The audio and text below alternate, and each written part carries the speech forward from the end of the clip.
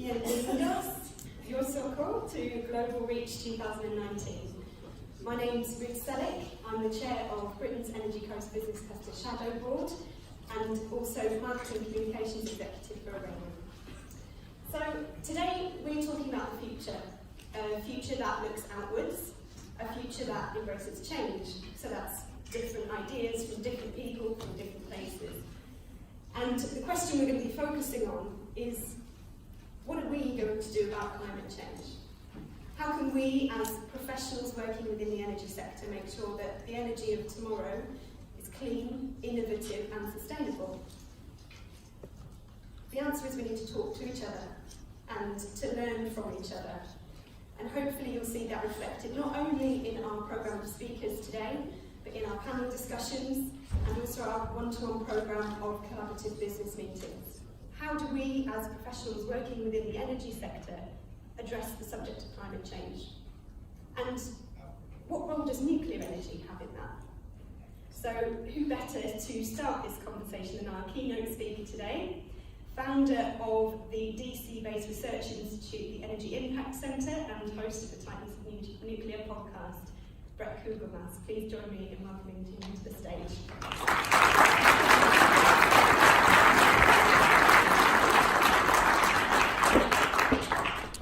United Kingdom, thank you for having me.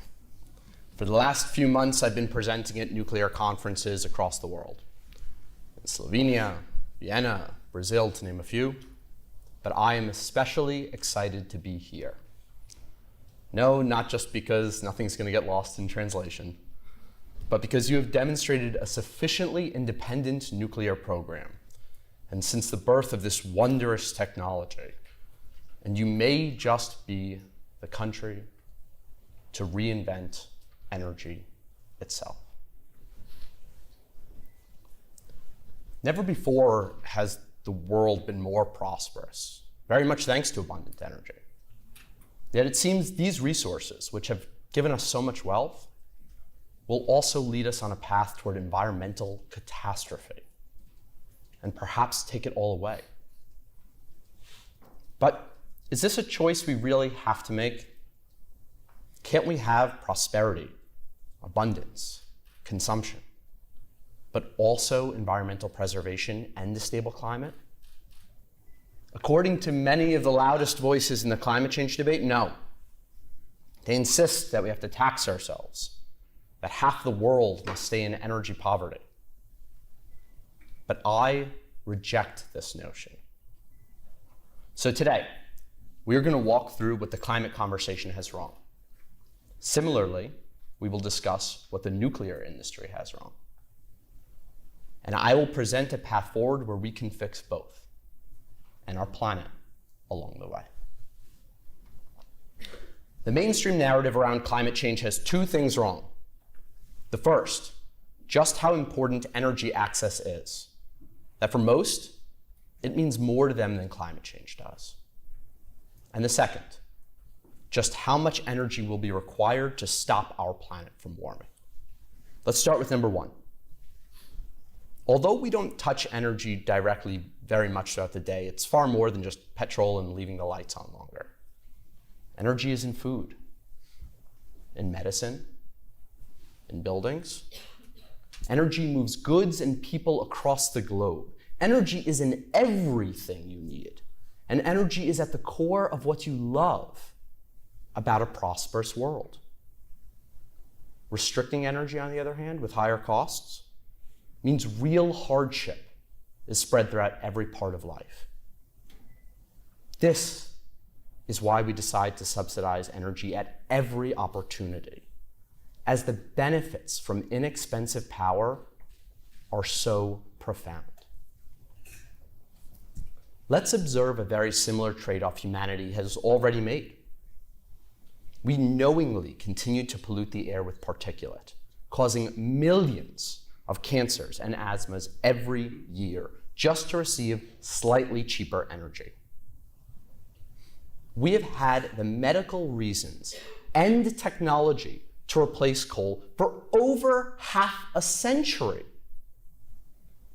But the only thing that ever meaningfully has is another cheaper form of power. Do we really expect a worldwide consensus on sacrifice now? Across all age, class, and creed? To combat a threat distant in time and place? What the climate elite ignore is that to anyone but the absolute wealthiest, choosing more expensive energy isn't even an option. So I claim that to solve climate change, considering the history and present state of this societal trade-off, we will need an energy source that is both carbon-free and the cheapest possible source. Not just for electricity, but for heat as well. And if that wasn't hard enough, this brings us to problem number 2. Who here believes that if we were to eliminate all new emissions across every sector, that this would fix climate change? It won't even slow it down. You heard me correctly. Zero out emissions globally in every single sector: electricity, transportation, agriculture, industry, heat, and you would not even notice a difference.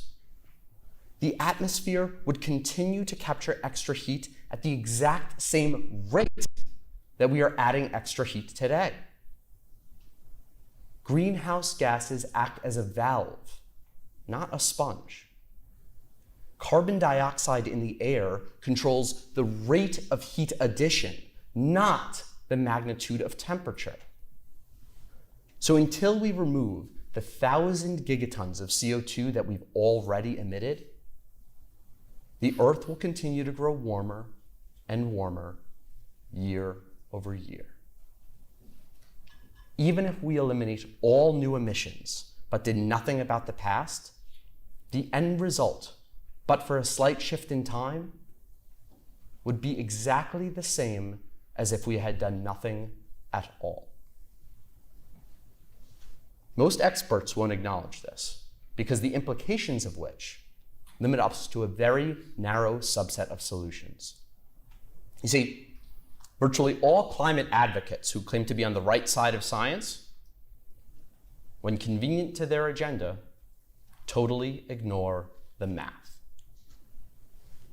If we want to stop climate change at all, we have to create so much low-carbon energy that we can, 1, replace all fossil fuels, 2, account for the embedded emissions of that energy source, and 3, power the removal of the last 200 years worth of carbon emissions. Now, 2 years ago, I started the Energy Impact Center with that problem in mind. 2 years ago, I had never met a single nuclear engineer in my life. And 2 years ago, when I ran that math, everything changed. You see, if you take those 2 constraints, that you must account for previous emissions and do so in a way that directly increases prosperity, it leaves us only one path. We must take the very things that require energy and result in the release of carbon dioxide and force them, by definition, to capture and sequester carbon dioxide. In other words, we need to make fuel and products just as we do today, but with hydrogen and carbon from the air instead of from the ground. In this scenario, nothing downstream needs to change, and energy consumption all of a sudden has the exact opposite effect on climate. Let me make this crystal clear. If you use carbon from the air, the more people consume, the more prosperity we enable, the faster we will solve climate change. This is a perfect alignment of individual behavior, market forces, environmental health, and human well-being.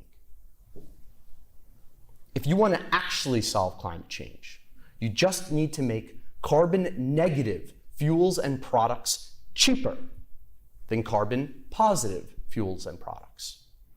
But to do so, requires extreme energy abundance and an extremely low carbon footprint. According to the laws of physics, there is only one energy source that is powerful enough to meet these requirements.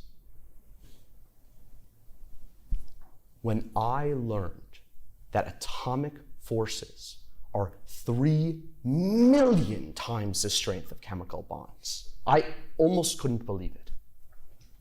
And for the first time, I knew that climate change was truly conquerable. To have synthetic fuels compete economically with fossil fuels, you need to produce heat 3 times cheaper. You start off with a 3 million times advantage. And in order to save the world, the goal is just to get 3 times cheaper.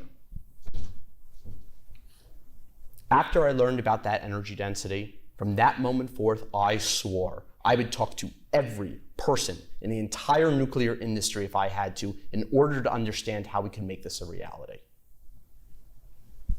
I am now over 1,500 such conversations in, and today I will share with you what I've learned.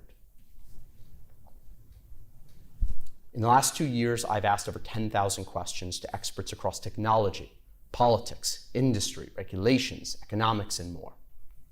100 trips to labs, power plants, universities, and conferences in over a dozen countries. I have never met such a talented group of people. Masters of physics, chemistry, operations, mathematics, engineering. And I'm truly honored to now consider myself part of this community. This is what makes what I'm about to say so much more difficult. The challenges the nuclear industry faces are entirely our own fault. As the only group powerful enough to destroy a 6 order of magnitude advantage is the very group that possesses it. How is it possible that an otherwise standard thermal power plant with negligible fuel costs is more expensive than a coal plant? How is it possible that an industry has become so obsessed with safety when they started off with the naturally safest power source that could ever exist? The public mistrust is rational. The attacks from environmentalists are deserved, not because nuclear energy is dangerous, but because we have convinced them it is. So now, let us discuss both nuclear waste and nuclear accidents to demonstrate how for the last 40 years, everything that we've been trying to do to make things better, technologically and socially, has in fact been making things worse. The theory of hazard with nuclear waste is that if it entered the environment, it would somehow find its way into our food and water, and somehow give people cancer. We have been designing solutions to prevent this for so long that we no longer even challenge the premise, even though it is a ridiculous assertion to begin with. It was Chernobyl that definitively proved that out of every radioisotope that could ever come out of a power reactor, only iodine-131 is of concern.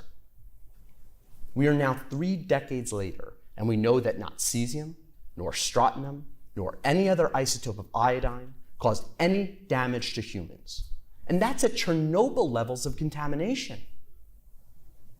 But when discussing how to handle nuclear waste, we forget that by definition, there's no iodine-131 left after just a few months, since it has a half-life of just 8 days.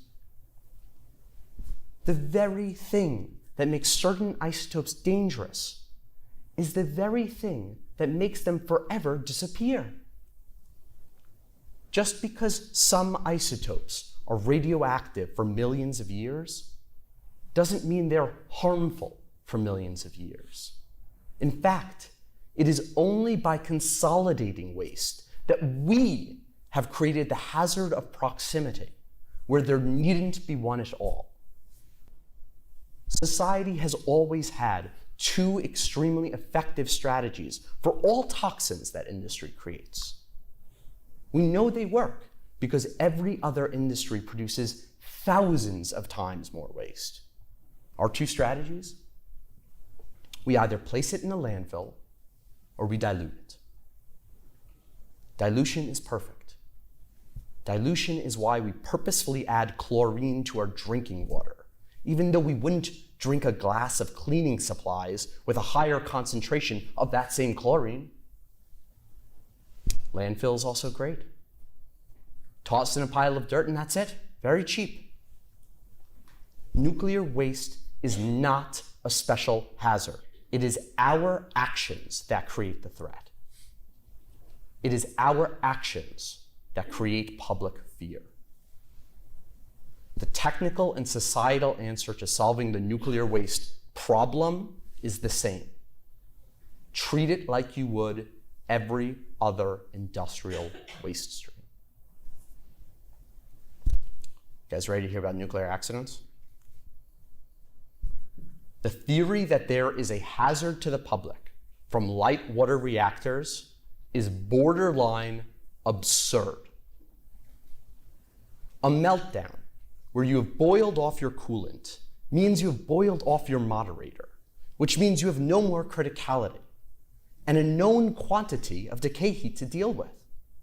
Enough to melt some metal, dissolve some concrete, but even the 450,000 kilojoules from a gigawatt scale reactor is not enough to melt more than a few feet of dirt. Economic incentives alone would be sufficient to make sure that this almost never happens. But mandating perfection through the law makes any system more complex than it needs to be.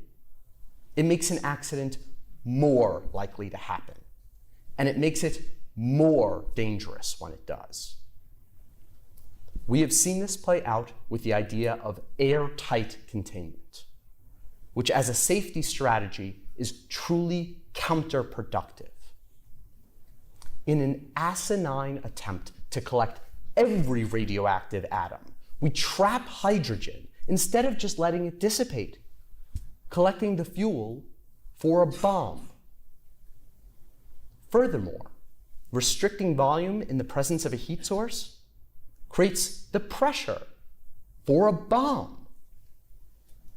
And as we saw at Fukushima, even when this hydrogen gas pressure bomb explodes and scatters what would have been otherwise non-volatile source term into the environment, it is in such low quantities that no one from the public is ever at any risk. If the 3 gigawatts of core source term plus decades of spent fuel blown up by hydrogen didn't scatter enough radiation to hurt anyone, how can we still classify a light water reactor meltdown as a special accident that needs special regulations? If all we did was poke a permanent hole in containment, both physically and ideologically, then in the occasional meltdown, we could just let it melt down. Radioactive gases would escape, instantly dilute, and be no threat. Radioactive liquids would stick to the walls and floors and be absolutely no threat. Radioactive solids would sit in a molten puddle in the room and be absolutely no threat. The molten puddle would move at most a few feet into the ground and be absolutely no threat. It would be a hot mess in a single room and nothing else. No one is asking the public to clean it up with their tongues. If you just wait a few months and then bulldoze it into the ground and spray it with enough water, you will, by definition, dilute the radionuclides to the point where they're absolutely no threat. Forever. If you are so worried about a few kilograms of iodine-129, pour some iodine-127 on it. If you're so worried about some cesium-137, pour some cesium-133 on it. All radioactive isotopes can be rendered inert to biology instantly via dilution with just a few $1,000s of stable isotopes. Let us never forget that at Fukushima, there was no hazard from the negligible contamination of the land.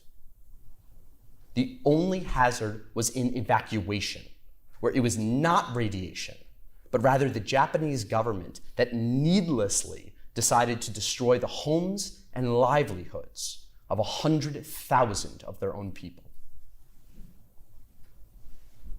Just like with nuclear waste, with accidents, it is our actions that create the threat. It is our actions that create public fear.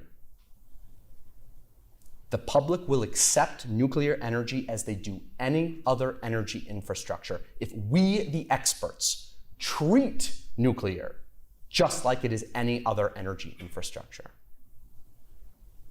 But even more important than public acceptance, which is nice but not necessary for an industry to thrive, are the economic benefits of treating it like any other infrastructure. By removing the burdensome influence of overprotection, we will allow innovation, competition, and manufacturing at scale. We will drive prices to new lows and speed of deployment to new highs. I know a lot of what I'm saying may come across as a bit abrasive, a bit shocking, very controversial. But I have now given this talk at 12 universities, national labs, and international conferences, and the reaction that I get from the industry never fails to impress me. Even though I am challenging the very core of a nuclear engineer's identity, and perhaps their entire career's worth of work, without fail, these same nuclear engineers stand up and thank me for saying what they've always felt, but their career has prevented them from discussing openly. So I am here in the United Kingdom to establish a precedent of standing up to the cultural norms of this industry that have driven it into obsolescence, that have robbed the world of clean air and cheap energy for the last 5 decades, that have driven us to use every other less safe energy source. I ask that the UK nuclear industry be brave enough to stand up and declare that real public safety is more important than arbitrary levels of radiation protection. I am here in the UK to challenge you to prove that you are truly risk-informed by establishing a simplified framework up front, where a license is approved instantly, so long as the applicant satisfies 4 simple rules. 1, reactors must have inherent negative neutronics, just like all light water reactors already do.